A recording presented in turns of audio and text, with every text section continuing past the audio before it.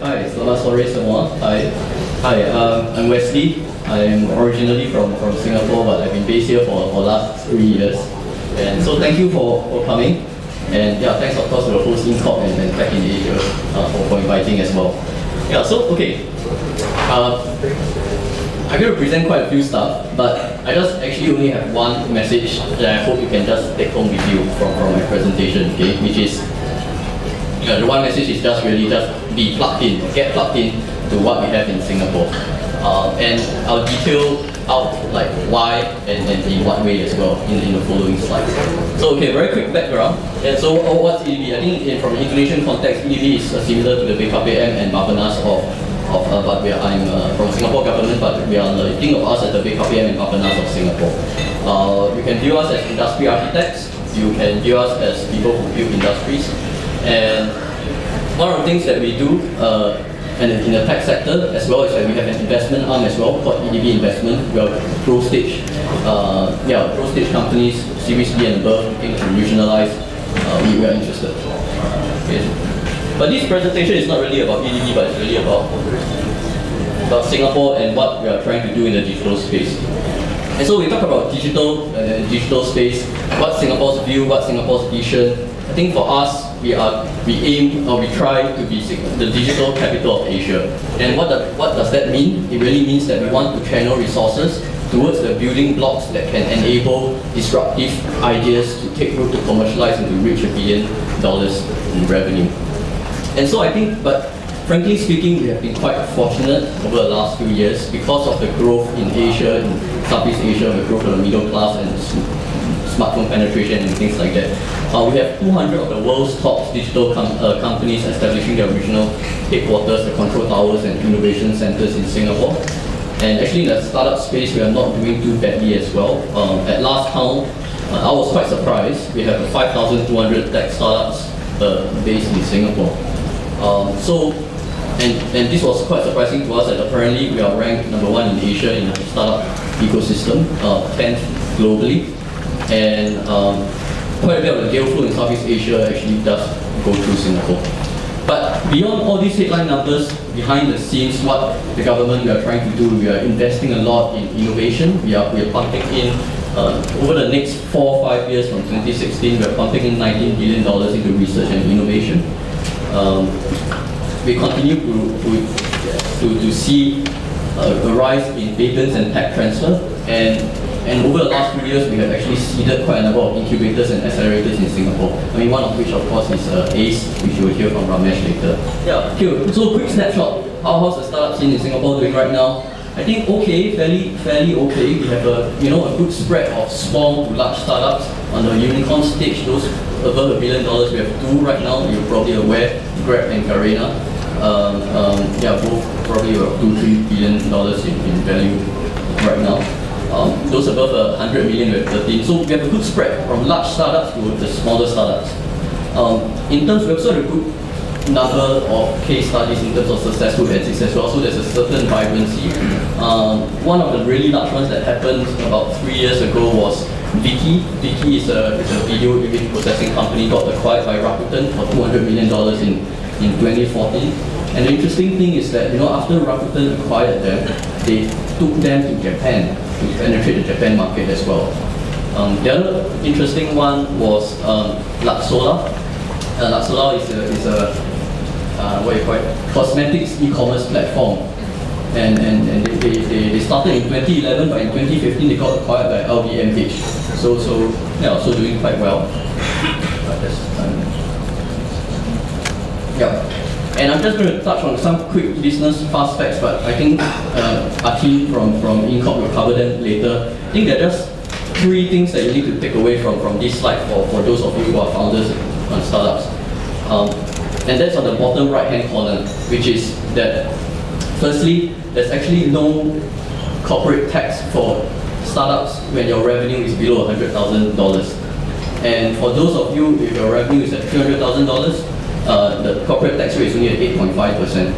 Only if you go above $300,000 Singapore dollars in revenue do you start getting taxed at 17%. So that's one thing. And the second thing is that there's actually no 0% capital gains tax as well. So that's really good for you when we talk about exit strategies. Yeah, but I'll leave that to Atin to cover. Yeah, infrastructure. I mean, those of you who have visited Singapore, we have put in place this Block 71. Launchpad. We call it Launchpad. Launchpad at One North, which is the Buona Vista area in Singapore. It's a 5-hectare site. It started organically. It's quite an interesting story where organically a bunch of startups moved into an old industrial building which was cheap in rental. Then there's a startup started gathering there, and they gained a certain vibrancy. And just like how most governments are, once we see success, then we start to want to come in. And so once they build up a certain vibrancy in one block in that area, the government came in to say, okay, now we'll develop the whole area into like a startup area. And that's what we call the launchpad at One North. There are quite a few different players in there. ACE, which you'll hear from later from Ramesh, is in there as well. SG Innovate, NUS Enterprise, they're all there as well. And today, it's housing about 500 companies and about 2,000 people. And it's also situated next to a number of research labs and universities as well in the area. Yeah. So that's the infrastructure bit. The other thing that Singapore has been doing over the last few years in providing talent to the whole digital space. And a lot of info here, but I think the crux is that each year we are graduating about 1,000 to 1,200 computer science graduates. At the diploma level, we have 1,500 to 200 diplomas coming up from our polytechnics in areas like information technology, computer engineering, cybersecurity, digital media, and we have a collaboration with MIT as well in one of the universities called the SUTD, where they are specializing in areas like security and communications, AI, business analytics. So we believe talent is a huge thing that enable tech ecosystems, and we are placing a lot of effort into making sure that there's a pipeline of tech-enabled talent to come on stream in the market to help power your startups, to help power your digital companies. And of course, when we talk about tech, digital, you can't run away from innovation. And I think, for the last 10, 15 years, we've been investing a lot in R&D. I think as of 2013, you see a number $7.6 billion. That was a 2013 number. Like what I mentioned earlier, from 2016 to 2020, our roadmap is that we're going to pump in another $19 billion into a whole different range of innovation fields, whether from clean technology to urban solutions to AI to data analytics, cybersecurity. So we believe that by having a core bench strength of innovation from our public research institutes, they can partner industry to be able to then commercialize it for commercialized outcomes. Yeah, and of course, Singapore, I'm sure those of you who are founders, I'm quite sure many of the VCs from Singapore have flown into Jakarta to hunt you down. Yeah, probably many of them they fly to hunt down all the good founders here in Indonesia and the region. But beyond the VCs, we actually have a number of corporate venture arms. So this is a very not an exhaustive list. Even people like local regional companies like Wilma, YCH. The new trend is that corporates who you do not even think of them as being innovative, they are starting to set up corporate venture arms who want to work with startups, to use startups as a source of innovation for their own needs. So Wilma has a corporate venture arm looking at agri-tech companies. YCH is a Singapore 3PL logistic company. They have a venture arm looking at new ways to make logistics more efficient. Then of course we have a bunch of government-linked investors from seed stage to growth and mid stage as well. Yeah, we'll move on. Okay, that's earlier. I think it's really more of the dry and really dry stuff. So if you think about it, when we sat down over the last 1-2 years and we tried to take stock of what's happening in Singapore, what's happening in the region, and we realized, okay, there's this whole trend of digital that's disrupting our industries, that's disrupting the countries around us, that's disrupting the companies in both in Southeast Asia and in Singapore. So what do we want to do about it? And we decided that then, okay, we need a roadmap to make sense and to integrate all that I mentioned earlier before about all the things we are already doing in infrastructure, in funding, in talent, in research. We need to integrate that into a coherent strategy. And so we came up with our Smart Nation program. So there are two things. One is that I think for Singapore, you can view it as we want to be a smart nation powered by digital. That means that we want problem statements from Singapore in areas of urban solutions, in healthcare and aging, transport and logistics, in housing. These are areas that we require tech and digital capabilities to be applied to these problems in Singapore. And so for startups, actually, if you are keen to work on city level problem statements, Singapore will more than welcome you to come and work with us. So that's on the government level. Then the other thing is that we realize we have a base load of industries and manufacture and especially manufacturing manufacturers based in Singapore. And we need them to transform, we need them to be able to be powered by digital as well. And so we think that because of Singapore's position as a business hub, advanced manufacturing, consumer sector, finance sector, hub services like legal, healthcare, these are areas which tech companies like yourself can come in to co-innovate and to commercialize your business with the corporates already in Singapore. Yeah,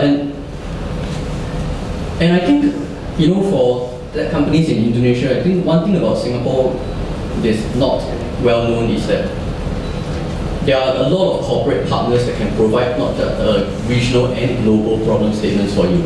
A very good case in point is on the bottom right hand is Unilever Foundry. Just earlier this year, Unilever set up a co-working space in their own offices to work with startups on consumer-related problem statements. It's the first time in the world they're doing it anywhere. The first time they're doing it anywhere in the world, and they decided to do it in Singapore.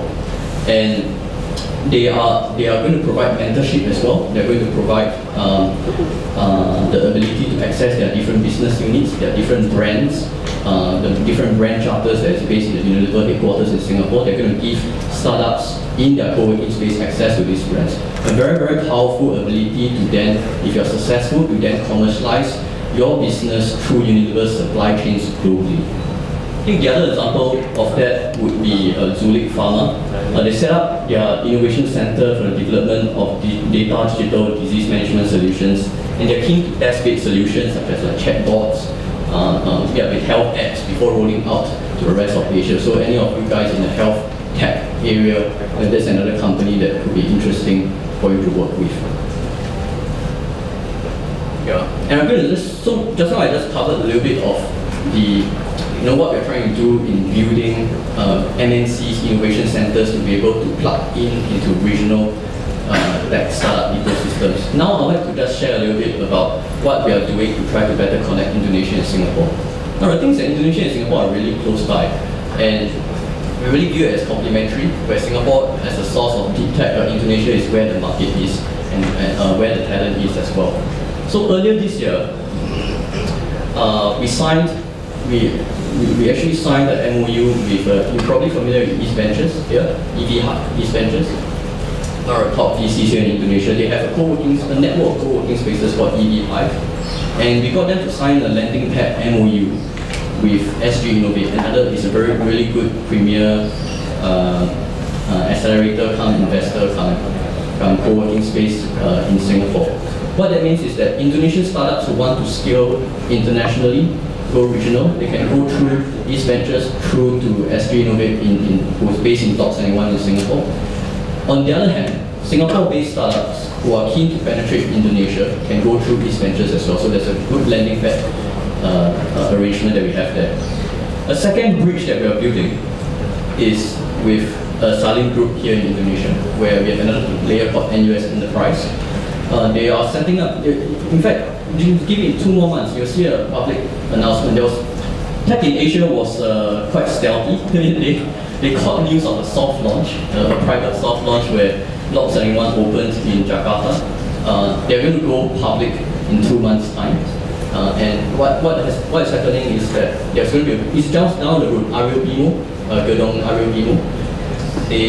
not anyone is going to be based there, it's a Saling Group building, but startups, whether it's Indonesian startups, whether it's Singapore startups, you can go over there, you can get access to mentors from NUS, you can get access to Saling Group problem statements. Yeah, so we see as complementary where, for example, a player like Saling Group is able to bring in the access to the market and the problem statements that a market like Indonesia offers. And then Singapore, we try to bring in our capabilities like how we run accelerator programs, how we run innovation challenge calls. And we just we combine it together and we just add to the dynamism of the ecosystem that's really very vibrant in Indonesia. So I think I'll just end off here. I think really the key message is that there's quite a bit of activity happening in Singapore. We are plugging in what we're doing in Singapore to Indonesia through some of the tech bridges which I showed you earlier. I believe that Singapore can add value to you from a talent standpoint, from a funding standpoint, problem statements, not just from, of course, Indonesia problem statements, you guys had it, but regional, global problem statements from multinational space in Singapore. And then lastly, innovation capabilities, whether it's AI, whether it's deep tech, we have it in Singapore, can't take it, can't commercialize it for us. Yeah, I think that's it. Thank you.